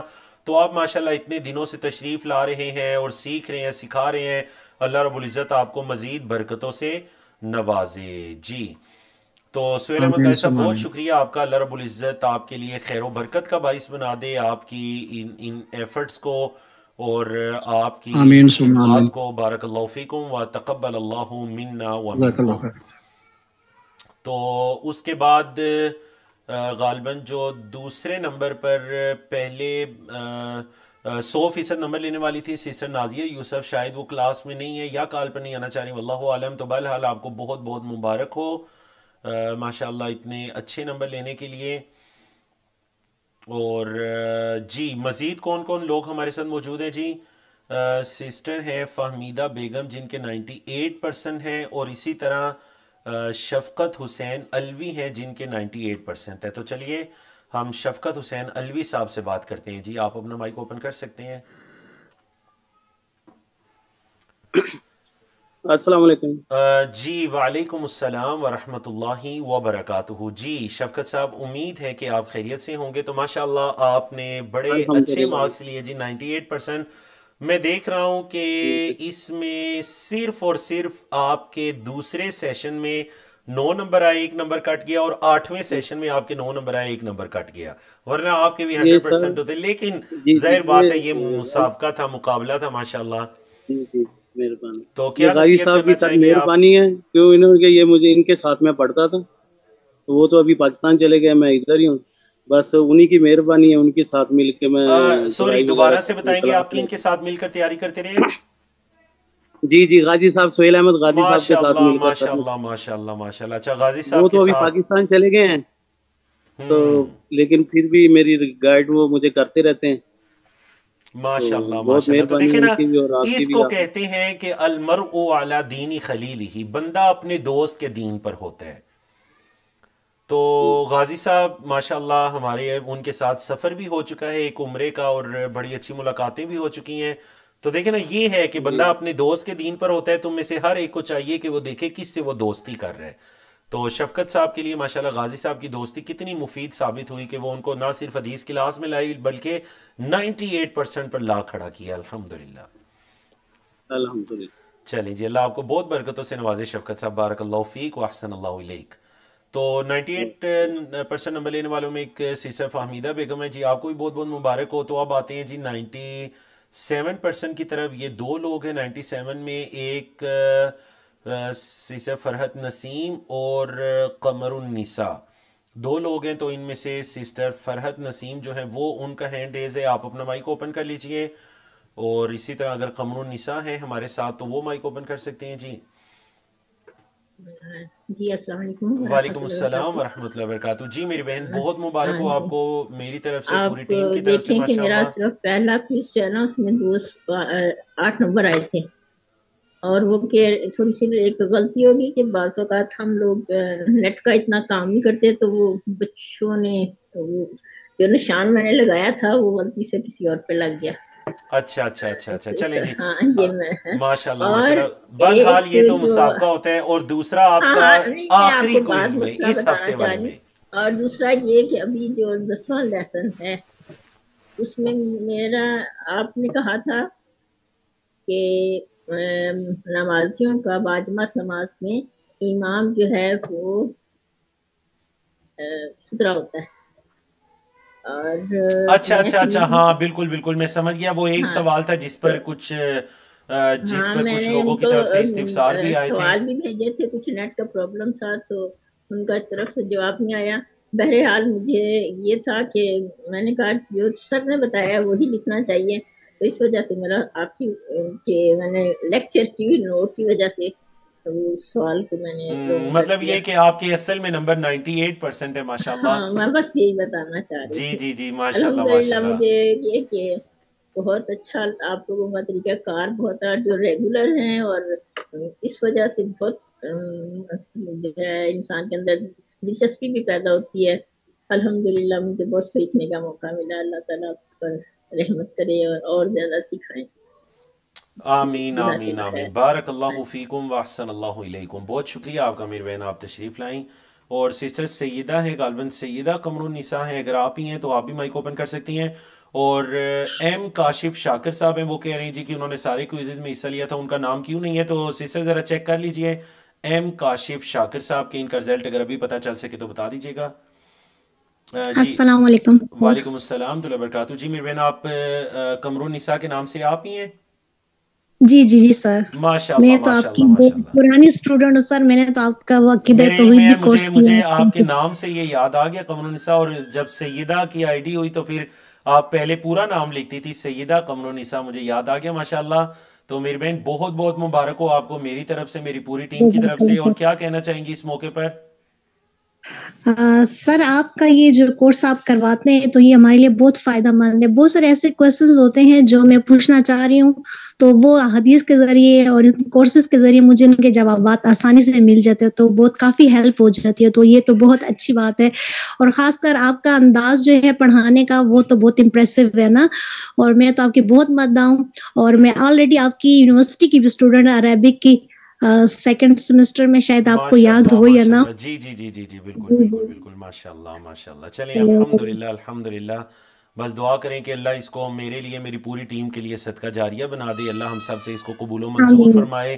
کتنے لوگ آمین ایسے یا ہیں جو رب ہمارے العالمین. معاونین ہیں، ابھی ہمارے ساتھ نہیں ہیں، شاید سو رہے ہوں گے، جاگ رہے ہوں گے، چل پھر رہے ہوں گے، لیکن اجر و ثواب میں وہ سب ہمارے ساتھ شریک ہیں، کیونکہ یہ ٹیم ورک ہے. الحمدللہ اللہ سب سے قبول فرمائے. جزاک تو اللہ خیر. جزا یہ محمد کاشف شاکر صاحب، آپ کا نام آپ کو دکھائی دے گیا 47 نمبر پر ہے. اور آپ کا دوسرے دن کا، تیسرے دن کا، چوتھے دن کا کوئز ہمیں موصول نہیں ہوا، لیکن واقعتاً جو موصول ہوئے ماشاءاللہ ان میں آپ کے پورے پورے مارکس ہیں، سوائے غالباً لاسٹ ڈے کے، اس میں آپ کے 7 ہیں، باقی سب میں پورے پورے ہیں. تو کاشف شاکر صاحب امید ہے یہ پتہ چل گیا ہوگا. وہ بعض اوقات ایسے ہوتے ہیں نا کہ نیٹ کا پرابلم ہوتا ہے، آپ آخر میں سینڈ کرتے ہیں، وہ سینڈ نہیں ہوتا، ہم تک پہنچ نہیں پاتا. ورنہ دیکھیں 260 لوگوں کا رزلٹ ہم تک پہنچا. تو وہ مطلب ہمیں بھی بعض اوقات کوئی فارم سینڈ کرنا پڑتا ہے نا، تو جب سبمٹ والا آپشن آتا ہے نا، اس ٹائم نیٹ آپ کا ٹھیک ہونا چاہیے. بعض اوقات وہ سگنل ڈراپ ہو جائیں، کچھ ہو جائیں، تو رزلٹ آگے سبمٹ نہیں ہو سکتا. تو آپ کے بیچ میں 3 دن غیر حاضر ہیں، لیکن جو موجود ہیں اس میں آپ کے پورے پورے مارکس ہیں. بلکہ یہ 7 تو غالباً اس کے ہیں نا، ان کا 7 دن کا رزلٹ ہے جن میں ان کے 70 مارکس ہیں. ماشاءاللہ ماشاءاللہ. تو اس کا مطلب یہ ہے کہ آپ بھی جتنے دن کا رزلٹ آپ کا موصول ہوئے آپ 100% پر ہی ہیں. الحمدللہ، بہت مبارک ہو آپ کو جی. مزید کون ہے جی؟ کچھ لوگ جن سے ہم بات کر سکیں دوبارہ اوپر لے جائیں تاکہ ماشاءاللہ جی محمد پرویز بٹ صاحب ہیں ہمارے بزرگ اور جوانوں جیسے بزرگ ہیں ماشاءاللہ، وہ امید ہے تشریف لائیں گے کال پر بھی. 96% ان کے مارکس ہیں اور پہلے دن ان کے 9 مارکس آئے اور اسی طرح چھٹے اور 7ویں دن ان کے 9 مارکس آئے اور 9ویں کوئز میں ان کے 9 مارکس آئے. تو 4 دنوں میں ان کے مارکس ایک نمبر ان کا کٹ گیا. باقی ماشاءاللہ 6 دنوں میں ان کے پورے مارکس ہیں. تو پرویز بٹ صاحب اگر ہمارے ساتھ کلاس میں موجود ہیں محمد پرویز بٹ صاحب تو آپ کال پر آ سکتے ہیں، ہینڈ ریز کیجئے جی. اور اسی طرح 95 پر ہیں زبیر اسلام صاحب، آپ بھی اگر آنا چاہیں تو ہینڈ ریز کیجئے. اور اسی طرح مسز عمارہ عمران ہے اور شمیلہ سعدیہ ہیں، اگر آپ بھی آنا چاہیں بارک اللہ فیکم. جی پرویز بٹ صاحب میں نے آپ کو ریکویسٹ سینڈ کیا، مائک اوپن کر سکتے ہیں.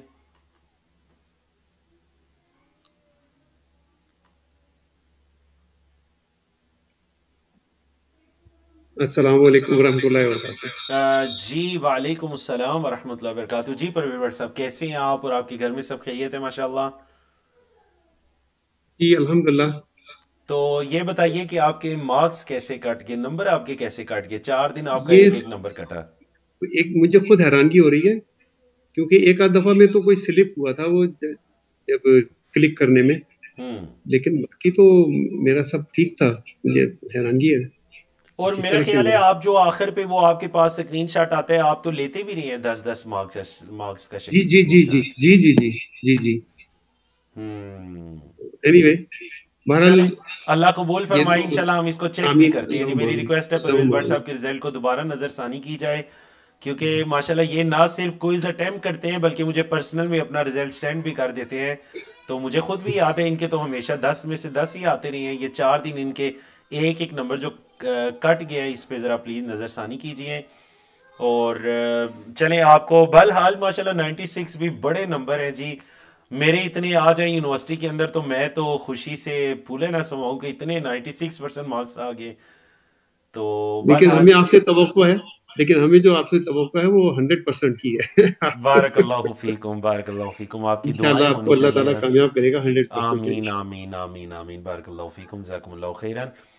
تو ماشاءاللہ جی پرویز بٹ صاحب بڑی ہی دل جمی کے ساتھ ہمارے ریگولر تمام کورسز میں شریک ہوتے ہیں اور ابھی حال ہی میں انہی کے ساتھ الحمدللہ ہمیں عمرے کا سفر کرنے کا شرف بھی حاصل ہوا تھا. تو الحمدللہ بہت کچھ سیکھنے کا موقع ملتا ہے ایسے بزرگوں سے، ایسے بھائیوں سے. تو الحمدللہ باقی بھی زبیر اسلام صاحب ہیں، آپ کو بہت مبارک ہو. مسز عمارہ عمران ہیں، آپ کو بہت مبارک ہو. سسٹر شمائلہ ہیں، آپ کو بہت مبارک ہو. اور اس کے بعد بھی سب کو بہت مبارک ہو. ٹھیک ہے جی.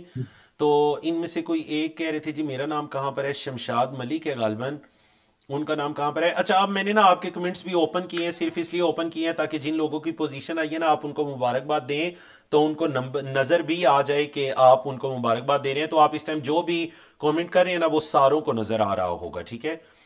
تو اس کے بعد دیکھیں ماشاءاللہ 91% پر ہی تبسم فاروقی صاحبہ ہیں، بہت مبارک ہو آپ کو. 90% پر ہیں حافظ امجد، کوثر عبدالجلیل شیخ 90%، اور اسی طرح ثروت النساء 90%. ماشاءاللہ ان تمام بہنوں کو بھائیوں کو بہت بہت مبارک ہو ماشاءاللہ، اتنے اچھے آپ نے نمبر لیے. اور اس کے بعد پھر ہم 89 میں داخل ہو جاتے ہیں جی. پھر 89 میں ایک لمبی فہرست ہے، اس کے بعد 88 86 84 82. ماشاءاللہ ماشاءاللہ بہت مبارک ہو. آپ سب اپنے نام دیکھ بھی سکتے ہیں، ایک دفعہ سے آہستہ آہستہ ذرا ان ناموں کو چلا دیجیے تاکہ ہر کوئی اپنے نام دیکھ بھی لے. اور میری ریکویسٹ ہوگی کہ یہ رزلٹ آپ پلیز ذرا شیئر بھی کر دیجئے گا سارے اسٹوڈنٹس کے ساتھ تاکہ ان سب کو پتہ بھی چل جائے کہ ان کے مارکس کہاں پر ہیں. اور یاد رکھیے گا کہ اگلے 10 کے بعد دوبارہ اسی طرح ہم آپ کا رزلٹ دکھائیں گے. تو دیکھتے ہیں کہ اگلے 10 سیشنز کے بعد مطلب جب ہمارے 20 سیشنز ہو جائیں گے، آج ہمارا 11واں سیشن تھا نا، تو سمجھیے آج سے آپ کا سیکنڈ سیکنڈ سیمسٹر اس کہہ لیجئے اس کتاب کا، یا سیکنڈ ٹرم آپ کی شروع ہو چکی ہے، تو جب آپ کی 20 سیشنز مکمل ہو جائیں گے تو انشاءاللہ اسی طرح آپ کا رزلٹ اناؤنس کیا جائے گا. ٹھیک ہے، تو آپ نے بہت محنت کرنی ہے، آج کا لیکچر ہی اچھی طرح کر کے اس کو وہ دینا ہے جوابات، تاکہ جب آپ کے 20 سیشنز مکمل ہوں اور 21ویں سیشن میں ہم رزلٹ اناؤنس کریں انشاءاللہ، تو اس کے اندر آپ کا نام بھی ٹاپ پر ہو. اللہ آپ سب کو توفیق عطا کرے. ٹھیک ہے جی،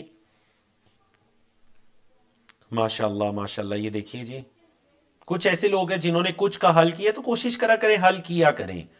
ٹھیک ہے، اگر کلاس میں کسی مجبوری سے نہیں بھی آ سکے، ہر انسان کی مجبوریاں ہوتی ہیں، تو ریکارڈنگ سن کے کم از کم کوئز کو حل کر لیں. ٹھیک ہے،